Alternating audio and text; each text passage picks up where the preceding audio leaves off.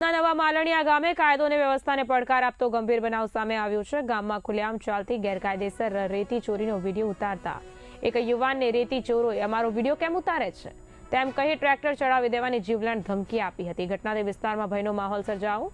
કાયદાનો ડર ઘટતો જાય છે તે સ્પષ્ટ થાય છે। આ મામલે પીડિત યુવાને હળવદ પોલીસ સ્ટેશનમાં લેખિત અરજી કરી છે। યુવાને આરોપ લગાવ્યો કે ગામના સરપંચ દ્વારા રેતી ચોરી અને બુટલેગરોને ખુલ્લેઆમ સહકાર આપવામાં આવે છે, જેના કારણે અસામાજિક તત્વો વધુ બેફામ બન્યા છે। સ્થાનિકોમાં પ્રશ્ન ઉઠી રહ્યો છે કે જ્યારે સામાન્ય નાગરિક ગેરકાયદેસર પ્રવૃત્તિ સામે અવાજ ઉઠાવે છે ત્યારે તેના જીવના જોખમમાં મૂકવામાં આવે તો શું આ લોકશાહી વ્યવસ્થા છે? શું સ્થાનિક સત્તાધીશોનો આશ્રય મળતા રેતી ચોરો કાયદાથી ઉપર બની ગયા છે? આ સમગ્ર ઘટનાને લઈને પ્રશાસન અને પોલીસ તંત્ર સામે તાત્કાલિક અને નિષ્પક્ષ તપાસની માંગ કરવામાં આવી છે। રેતી ચોરો તેમજ તેમને રક્ષણ આપનાર સામે કડક કાર્યવાહી કરવાની માંગ ઉઠી। જો સમયસર પગલાં નહીં લેવામાં આવે તો આવી ઘટનાઓમાં વધારો થવાની ભીતિ વ્યક્ત કરવામાં આવી રહી છે, જે સમગ્ર વિસ્તાર માટે ગંભીર ચિંતાજનક બાબત છે।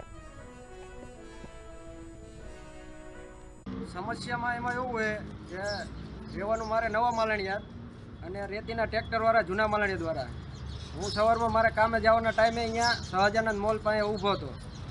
અહીંયા પછી ટ્રેક્ટર ભરીને નીકળ્યા, ખાલી કરીને વળતા ઊભા રહીને મને કે અહીંયા કેમ ઊભો? મેં કહું ભાઈ મારા ગામનો જાપો હોય અને મારા કામે જવાનો ટાઈમ છે એટલે હું ઊભો તો મને કે અહીંયા નહીં ઊભું રહેવાનું કે અને અમારા વિડીયો શા માટે ઉતારે? મેં કહું વિડીયો મેં ઉતાર્યા નથી, મારો મોબાઈલ ચેક કરી લ્યો।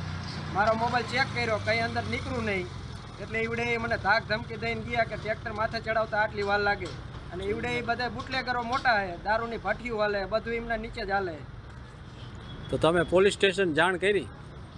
પોલીસ સ્ટેશને જાણ કરી પણ હજી કોઈ જાતની કંઈ કાર્યવાહી થઈ નથી અને અવારનવાર ઈવડે એને સરપંચનો સપોર્ટ એટલે સરપંચ છોડાવવા આવે।